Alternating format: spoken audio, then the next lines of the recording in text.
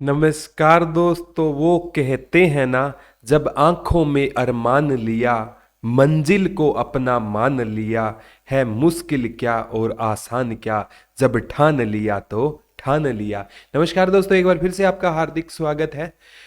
और आज मैं आपको ऐसी शख्सियत से मिलाना चाहता हूं जो किसी परिचय की मोहताज नहीं है। 13 साल की उम्र में इन्होंने +2 पास कर ली, जो अपने आप में एक बहुत बड़ी अचीवमेंट होती है। और अगर मैं बात करूं, अभी इनकी एज मात्र 18 साल है और कुरुक्षेत्र यूनिवर्सिटी से MA in English final year में मैम है। और आज ऐसी मैम से आपको इंट्रोडक्शन कराना चाहता हूं जिनके सामने अंग्रेज भी अंग्रेजी बोलने में हिचकिचाते हैं। और मैम नो एक्सेंट इंग्लिश के बोल सकती है और कई लैंग्वेजेस मैम बोल सकती हैं। तो मैम आपका मैं वेलकम करता हूं। Thank you so much, sir. और please tell me something about your. Myself, hi everyone. It's such a pleasure to be here. I am Janvi Pawar और मैं अभी 18 साल की हूँ, जैसा सर ने अभी बताया। और मैं अभी मास्टर्स फाइनल ईयर कर रही हूँ अपने इंग्लिश लिटरेचर से। और साथ ही साथ व्हेन आई वाज 13 मैंने अपनी क्लास 12th पास कर ली थी। और मैं एक मोटिवेशनल स्पीकर भी हूँ, तो मैं एक डेली डोज ऑफ मोटिवेशन कहीं ना कहीं कभी ना कभी देती रहती हूँ, अपने यूट्यूब चैनल पर हो गया या फिर कभी मौका मिला तो आप लोगों के सामने ऑफलाइन पर। और उसी के साथ I also use to be an anchor in the way कि मैं बीबीसी और सीएनएन स्टाइल में एंकरिंग करती थी और करती हूँ अभी भी। And other than that I speak different accents. I speak in 9 different accents: British, American, RP, posh, Australian, Scottish, Canadian, Norfolk, Hackney. I am learning the Russian accent right now. और साथ ही साथ मैं फ्रेंच, जापानीज और Spanish languages बोलती हूँ। और हिंदी हरियाणवी तो खुद की है। तो देखो बच्चों, आपको समझ नहीं आया होगा मैम ने क्या बोला होगा क्योंकि हमारे हरियाणा टच से बच्चे हैं। तो समझ मेरे को भी नहीं आया, चिंता मत कीजिए, कोई ऐसी बात नहीं है। लेकिन एक छोटी सी उम्र में इतना मतलब कामयाबी के शिखर पर पहुंचना अपने आप में बहुत बड़ी बात है। मैम मैंने सुना है कि आपने आईएएस 150 आईएएस को मतलब उनके सामने एंकरिंग भी की थी और खुद उन आईएएस ने खड़े होकर आपके लिए तालियां बजाई थी। और ये मूवमेंट हुआ था जो हमारे ऑनरेबल सीएम साहब है मनोहर लाल खट्टर के सामने हुआ था। तो आपको कैसा महसूस हुआ था मैम? उस टाइम मैं 12 साल की थी, तो मुझे ऐसे पता नहीं था हम लोग जा कहाँ रहे हैं। तो हम लोग जब वहाँ पर गए तो वहाँ पे पता लगा कि ये सभी आईएएस हैं। और वहाँ पे आनंद कुमार सुपर 30 वो सर भी वहाँ पे थे। तो पता लगा कि हम दोनों सेम कैटेगरी में हैं। तो उस टाइम तो थोड़ा ये हुआ, यहाँ पे मैं क्या बोलूँगी, खिज़ आई वाज 12। सो उसके बाद पापा ने बताया कि कोई बात नहीं, दूसरे लोगों की पहले स्पीच सुनना, वो देखना क्या बोलते हैं। और फिर ये हुआ कि पहली स्पीच मेरी थी तो मैं गई। सो इट वाज समथिंग कि उस टाइम आपको खुद का सेल्फ कॉन्फिडेंस बड़ा काम आता है। सेल्फ कॉन्फिडेंस भी ना होगे जो सिर्फ आपके अंदर एक आपको पता होता है कि हमारा वर्थ ये है या फिर हम ये काम करते हैं, तो आप अपने पर्सनल एक्सपीरियंसेस शेयर करते हैं। क्योंकि कोई ना कोई कभी ना कभी किसी ना किसी रीज़न की वजह से मुझे बुलाया है। So it's all about your self worth. तो उस टाइम ये रियलाइज़ हुआ कि कोई तो रीज़न होगा कि मुझे यहाँ बुलाया है। सो लेट इट बी, जैसा भी होगा। क्योंकि ज़्यादा से ज़्यादा क्या होगा कि सब आगे आईएएस हैं आफ्टर ऑल, तो वो सभी बोलेंगे कोई बात नहीं, बच्ची थी and everything. But then I spoke for like whole 20 minutes. तो मैं जब बोल रही थी and after speaking I got like a standing ovation by everyone in the room. It's a huge respect. क्या होता है प्यारे बच्चों की मतलब मेम का भी सफ़र इतना आसान नहीं है जितना आप सोचते हो। हम क्या होते हैं कि जब कोई इंसान कामयाब हो जाते हैं ना, तो उनकी कामयाबी को देखते हैं, उनके पाँव के छालों को नहीं देखते। कि मैं मतलब एक मतलब न्यूज़पेपर पढ़ रहा था, तो मैंने मैम ब्रिजमोहन सर जो मैम के पापा जी हैं उनके बारे में पढ़ा था कि वो एक बार जयपुर ट्रेनिंग के लिए जा रहे थे। तो उन्होंने देखा था कि जो कचरा बेचने वाले बच्चे, साफ करने वाले बच्चे भी मतलब बहुत अच्छी इंग्लिश बोलते हैं। तो उनके बाद में उन्होंने भी ठाना था कि मैं जानवी को भी ऐसा बनाऊंगा। तो ये घटना में कितनी सच्चाई है इसमें? ये पूरी पूरी सच्चाई है। जब तक मैं हुई भी नहीं थी तो पापा एक इंस्टीट्यूट था दिगंतर जयपुर में, तो वहाँ ट्रेनिंग लेने गए थे। और वहाँ ट्रेनिंग लेने गए तो वहाँ ये दिखा कि जो बच्चे जो कि कूड़ा उठाते हैं और वो सब साफ करते हैं, तो वो बच्चे भी काफ़ी इंटेलिजेंट थे। इंटेलिजेंट इन द वे ऐसा नहीं था कि वो लोग एग्जाम में बैठते थे तो उनके 100/100 मार्क्स आते थे। पर उनके पास सोशल नॉलेज बहुत सारी थी, वो उनके पास कॉन्फिडेंस बहुत सारा था। वो हर एक मैटर पे बात करते थे कि अगर उनके साथ आप लोग पॉलिटिक्स की बात करें तो वो पॉलिटिक्स पे बात करें, अगर आप उनके साथ मैथमेटिक्स की बात कर रहे हैं, वो उसकी बात कर रहे हैं, इकोनॉमिक्स है, किसी भी सब्जेक्ट है, वो उन सभी पे बात कर रहे थे। तो पापा ने वहाँ से ये ट्रेनिंग ली कि हम अपने बच्चों को ऐसा कैसे बना सकते हैं थ्रू एवरीथिंग प्रैक्टिकल। क्योंकि आजकल की दुनिया में, सर आपने भी नोटिस किया होगा क्योंकि आप एक टीचर हैं, हम लोग ज़्यादा से ज़्यादा फोकस करते हैं एकेडमिक्स पे, करना भी चाहिए क्योंकि हमारी सोसाइटी में कुछ ऐसी दीवारें हैं, जैसे हमें अच्छे कॉलेज में एडमिशन लेना है तो अच्छे मार्क्स चाहिए, तो वो कुछ ऐसी कंडीशंस होती हैं कहीं ना कहीं जाने के लिए, और वो होना भी चाहिए। But at the same time हमारा उस चीज़ के ऊपर कॉन्सेंट्रेशन इतना ज़्यादा हो चुका है कि हम एक्चुअल में जो सोशल नॉलेज होती है उस चीज़ से दूर हटते जा रहे हैं, हमारा फोकस उस चीज़ से दूर हटता जा रहा है, और शायद से कभी था भी नहीं। तो पापा ने वो देखा, तो वहाँ से फिर वही लगा कि हाँ, मेरे बच्चे में भी कॉन्फिडेंस होना चाहिए, इंग्लिश आनी चाहिए, सारी चीज़ों के ऊपर बोलना आना चाहिए। बेसिकली ये कॉन्फिडेंस वाली बात थी, कॉन्फिडेंस और हल्की सी मैच्योरिटी चीज़ों को लेकर।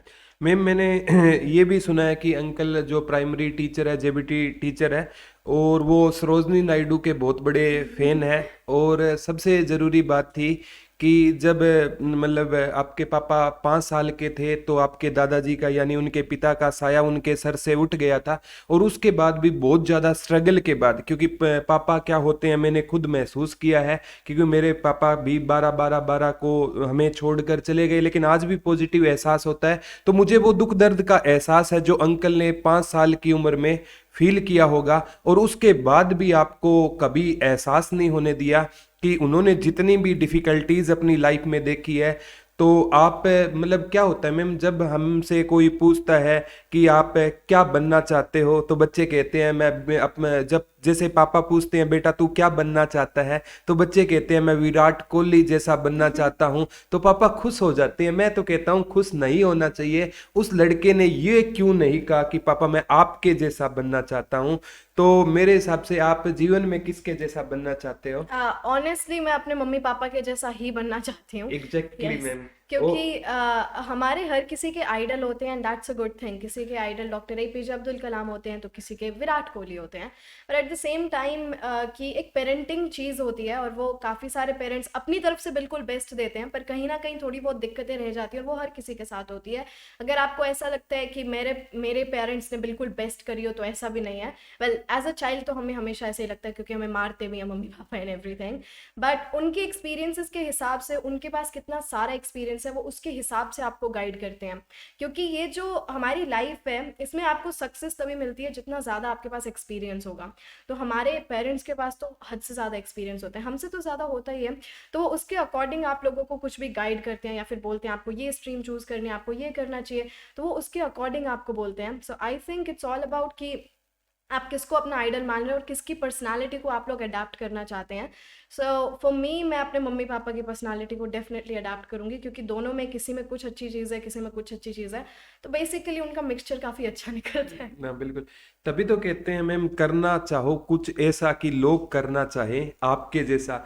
जैसा कि मैम आपने जब इंग्लिश मतलब बोलना शुरू किया होगा, तो गांव में बहुत से ऐसे होंगे ये आई बड़ी अंग्रेजनी, ये क्या इंग्लिश बोलेगी। ऐसा आपके साथ हुआ था या नहीं हुआ था? हुआ था मेरे साथ, तो अभी भी ऐसा होता है। मेरे को मेरे स्कूल में दोस्त नहीं थे, क्योंकि हर कोई मेरे को ऐसे अंग्रेज अंग्रेज बोलता था, तो मज़ा आता था अकेले बैठने में, काफ़ी अलग फीलिंग थी वो। और मैं छोटी भी थी सबसे, तो हाँ ऐसा काफ़ी हुआ। पापा को भी बोलते थे इनको, नरी अंग्रेज बनाओगा, छोड़ेगा तो अपनी छोरी ने, तू घनी अंग्रेज है। तो ऐसे काफ़ी सारे लोग होते हैं, पर इनका कर क्या सकते हैं। हाँ, अगर आपको लोग किसी अच्छी चीज़ पे क्रिटिसाइज करें, अगर आपको ये बोल रहे हैं कि नहीं ये चीज़ गलत है, ये चीज़ सही है, तो उनके ऊपर आपको ज़रूर ध्यान देना चाहिए। मैं हमेशा ये कहूँगी कि क्रिटिसिज्म आपको जितना सिखा सकता है ना, उतना एप्रिसिएशन नहीं सिखा सकता कभी भी। तो अगर आपके पेरेंट्स आपको क्रिटिसाइज कर रहे हैं, अगर आपके टीचर्स कर रहे हैं, सो बी ग्रेटफुल फॉर दैट। पर अगर लोग आपको लेट डाउन करने की कोशिश कर रहे हैं, डीमोटिवेट करने की कोशिश कर रहे हैं, तो उनके ऊपर क्या ध्यान देना। नहीं, जरूरी है मैम, क्रिटिसिज्म होना जरूरी है, क्योंकि उसे हम एज ए हेल्पर लेंगे यस। ना, तो जीवन में हम आगे बढ़ पाएंगे। और क्रिटिसिज्म किसका नहीं हुआ प्यारे बच्चों? सचिन तेंदुलकर जब 16 साल की एज में क्रिकेट खेलने गया था वेस्ट इंडीज, तो वहां से आवाजें आ रही थी सचिन तेंदुलकर वापिस जाओ, दूध की बोतल लेकर आओ। और नेक्स्ट मैच में सचिन तेंदुलकर ने सेंचुरी मारकर आलोचकों का मुंह बंद कर दिया था। तो जब भी प्यारे बच्चों आपकी आलोचना होना, तो आपको बोलकर जवाब नहीं देना है, आपको अपने वाक से इतना खुद को इतना परफेक्ट बनाने की कोशिश कीजिए कि लोग है ना जो आप आज क्रिटिसाइज कर रहे हैं ना, वही कहे कि रियल में तूने कर दिखाया। तो मैम जब क्या होता है कि आप मतलब डिफरेंट टाइप्स के एक्सेंट बोलने लग गए थे, तो लोगों ने कहा नहीं कि ये तो क्या है, ये तो कॉपी कर रही है। और बाद में आज कहते हैं हाँ आज जानवी वंडर गर्ल, 11 साल की उम्र में वंडर गर्ल ऑफ इंडिया बनना अपने आप में बहुत बड़ी अचीवमेंट मानूंगा। और ऐसे इंग्लिश मैम बोलते हैं कि मैं तो खुद मैम का बहुत बड़ा फैन हूँ। और मैम मेरी एक सुजेशन है आपसे, जैसे कि हरियाणा में और इंडिया के बच्चों के लिए ना, जैसे आपका धुरीना पे कोर्स है, हाँ जी। लैंग्वेजेस का कोर्स है, मैं और मैम दोनों धुरीना पे टीच करते हैं, तो सौभाग्य है कि हम साथ हैं। लेकिन मैं आपसे एक सुजेशन आपको देना चाहता हूँ मैम, कि आप है ना कि हरियाणा में बच्चों की एक प्रॉब्लम है, ग्रामर के लिए भी आप एक कोर्स लॉन्च कीजिए, ताकि हमारे यहाँ बच्चा भी ना अच्छे से, क्योंकि कम्पिटिटिव एग्जाम में ग्रामर का आजकल बहुत बड़ा रोल है। तो मैं आपसे रिक्वेस्ट करूंगा कि आप भी ग्रामर का कोर्स धुरीना पे लाएं और डेफिनेटली। हमारे बच्चे सीख पाएं। तो इस पे आप क्या कहना चाहते हैं इस मैम? पे मैं यही कहूँगी कि मैं मोस्टली हमेशा से स्पोकन इंग्लिश पे फोकस मेरा हमेशा से स्पोकन इंग्लिश पे रहा है। और उसके लिए मेरे को हमेशा से एक ही चीज़ सिखाई है कि ग्रामर ज़्यादा ज़रूरी नहीं होती स्पोकन इंग्लिश के लिए। पर हमारे जो कॉम्पिटिटिव एग्जाम्स होते हैं उसमें काफ़ी सारे आपके ग्रामर के टॉपिक्स आते हैं, और आपके ग्रामर से रिलेटेड क्वेश्चंस भी आते हैं। तो उन सभी के लिए I definitely definitely bring a course, ताकि आप अपनी ग्रामर इंप्रूव कर सकते हैं and you can crack your exams. बिल्कुल मैम बिल्कुल, क्योंकि क्या होता है कि जब हमें ना इंग्लिश स्पोकन करते हैं ना, तो उसका कोई रूल नहीं होता। जैसे मतलब हमें एज ए रूल की बात करूं तो आई के साथ सेल का प्रयोग होता है, लेकिन स्पोकन में हम आई के साथ विल का प्रयोग करते हैं। वहां पर डिटर्मिनेशन देखी जाती है कि इसका इरादा क्या था, आई विल किल यू, हम विल लगाते हैं, लेकिन ग्रामर के एक अलग है रूल होते हैं। तो मैम से रिक्वेस्ट किए, मैम जरूर कोर्स लेकर आएंगे। प्लीज मैम अपनी हॉबीज के बारे में कुछ बच्चों को बताइए, कि आप जब अकेले बैठते हो तो इंग्लिश गाने, तो मैंने सुना है जब पापा गाड़ी में जा रहे थे तो आप इंग्लिश गाने सुन रही थी, और भी कुछ इसके अलावा मतलब कुछ? मैं इंग्लिश गाने सुनती भी हूँ, साथ ही साथ लिखती भी हूँ। मैं काफ़ी सारे इंग्लिश के गाने लिखती हूँ, मैं पोइट्री भी लिखती हूँ। और मैं लिटरेचर की स्टूडेंट हूँ, तो लाजमी है कि मैं पोइट्री लिखूंगी भी पढ़ूंगी भी। तो मेरे को काफ़ी सारा इंटरेस्ट लिटरेचर में आता है, अलग अलग पोइट्स की पोइट्री पढ़ने में, क्योंकि वो एक इमेजिनेशन ही अलग होती है। मेरी हॉबीज़ यही है, बाकी मैं लोगों को परेशान ज़्यादा करती हूँ। So that's it. सर, मैं आपसे भी एक चीज़ पूछना चाहूँगी। बिल्कुल मैम। सुनने में आया है, जैसे मैं ऑफिस में यहाँ पे घूमती रहती हूँ, कि एक गुरुकुल करके एक स्कूल है अपना धुरीना का, तो आप वहाँ पर पढ़ाते हैं। तो आप थोड़ा सा प्लीज़ उसके बारे में बताएंगे? मैम हमने जो जरूरतमंद बच्चे होते हैं ना हमारे इंडिया में, there is 3 types of children. एक वो बच्चे होते हैं मैम जो 80% आप थर्ड कैटेगरी के बच्चे मैं उनको मानूंगा। एक फर्स्ट कैटेगरी में मैं उन बच्चों को मानूंगा। आप कोई भी कोर्स लॉन्च कीजिए, चाहे 50,000 का लॉन्च कर दीजिए, तो उनके पेरेंट्स इजीली दे देंगे उनको, क्योंकि वो अफोर्ड कर पाते हैं। और सेकंड कैटेगरी में वो बच्चे होते हैं जो 5,000 तक उनके पेरेंट्स है ना कहीं इधर उधर से उठा के पे कर पाते हैं। लेकिन इंडिया में 80% वो बच्चे होते हैं जो महज 1,000 रुपये भी पे नहीं कर पाते हैं हमारे। तो हमारा और धुरीना जब हमने स्टार्ट किया था ना अजय सर के साथ, तो एक ही हमारा मोटो था कि हमें 80% बच्चों को टारगेट करना है, जो शिक्षा तक नहीं पहुंच पाते उन तक हमें शिक्षा को पहुंचाना है। फतेहाबाद में हमने फ्री गुरुकुल खोल रखा है बच्चों के लिए।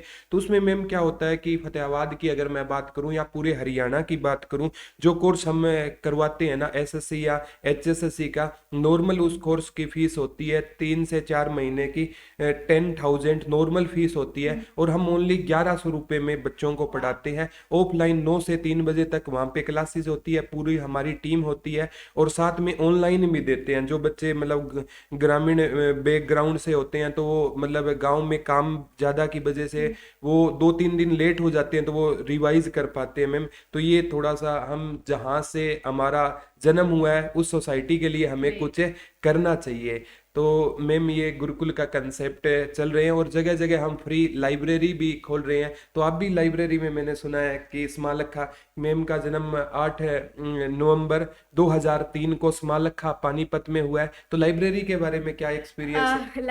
मैं लाइब्रेरी में ही पढ़ती हूँ। मैं स्मालखा से हूँ, हालांकि मेरा गांव है शहर मालपुर, पर अब मैं स्मालखा में रहती हूँ, जो कि ज़्यादा दूर नहीं है। तो स्मालिका में मैं रहती हूँ, वहाँ सुबह-सुबह मैं लाइब्रेरी चली जाती हूँ, तो वहाँ पर जाकर काफ़ी सारे भैया-दीदी भी हैं वहाँ पर, तो उनके साथ बैठती हूँ, पढ़ती हूँ। तो एक मैंने माहौल नोटिस करा है कि जो माहौल कभी-कभी घर पर नहीं मिल पाता, क्योंकि आप घर पर जितना भी पढ़ते हैं, कोई ना कोई जैसे ना तैसे करके कुछ ना कुछ काम आ ही जाता है। कभी मम्मी कह रही है, "जा ये ले आ", कभी पापा कह रहे हैं, "मेरे साथ चल"। तो काफ़ी सारे ऐसे अलग-अलग काम होते हैं। तो आई थिंक कि लाइब्रेरी में जब आप आस-पास बच्चों को देखते हैं पढ़ते हुए, तो आपका भी वही सेम मन करता है कि हाँ, हम भी कुछ पढ़ें। ज़्यादा नहीं, पर आप 8 घंटे में से कम 2 घंटे पढ़ेंगे तो कुछ ना कुछ तो आपके अंदर जाएगा ही। एंड आई थिंक अपने आप को अपडेट रखना चीज़ों से और क्या चल रहा है, दैट्स इम्पोर्टेंट। तो मेरा हमेशा से अच्छा एक्सपीरियंस रहा है लाइब्रेरी में। वहाँ पे बड़े-बड़े हैं खैर सब, पर सीखने को भी काफ़ी कुछ हाँ, मिलता बिल्कुल।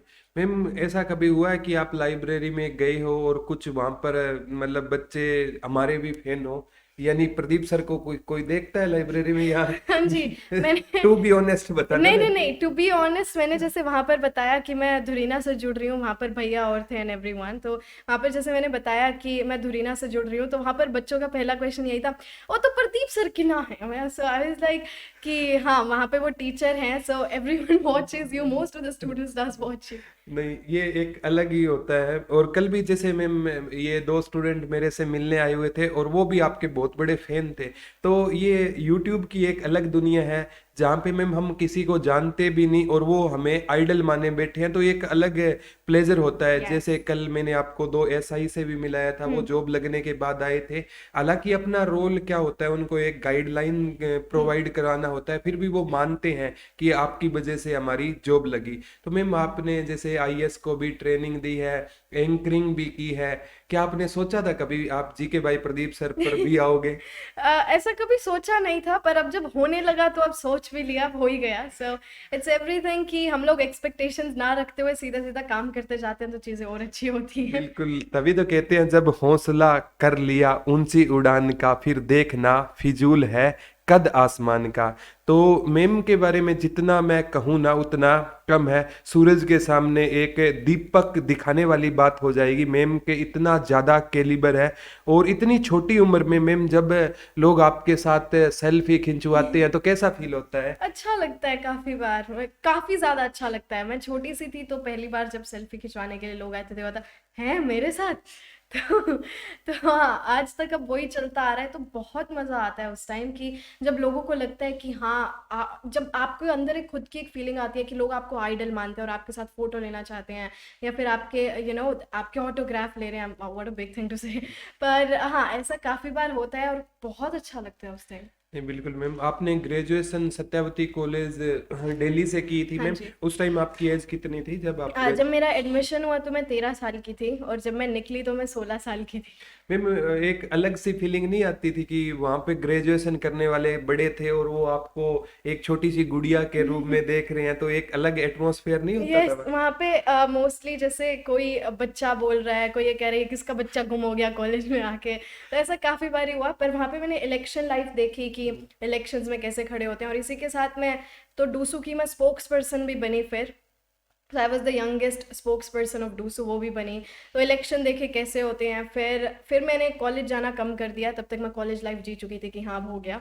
फिर मैंने कॉलेज जाना थोड़ा कम कर दिया, बट या इट वाज प्रीटी ग्रेट, मज़ा आया वहाँ पे। बच्चों, लोग कहते हैं डू और डाई, मैं कहता हूँ डू बिफोर डाई। मरने से पहले कुछ हमें ऐसा करना चाहिए कि लोग मिसाल दें हमारे बारे में, क्योंकि इस जहाँ में आप आए हो जिंदगी तो हर कोई काट लेता है। जिंदगी ऐसे जियो कि आप मिसाल बन जाए। Ma'am I use to teach about you, क्योंकि हरियाणा जीके में आपके बारे में मतलब क्वेश्चन भी आया था, एचएसएससी ने पूछा था।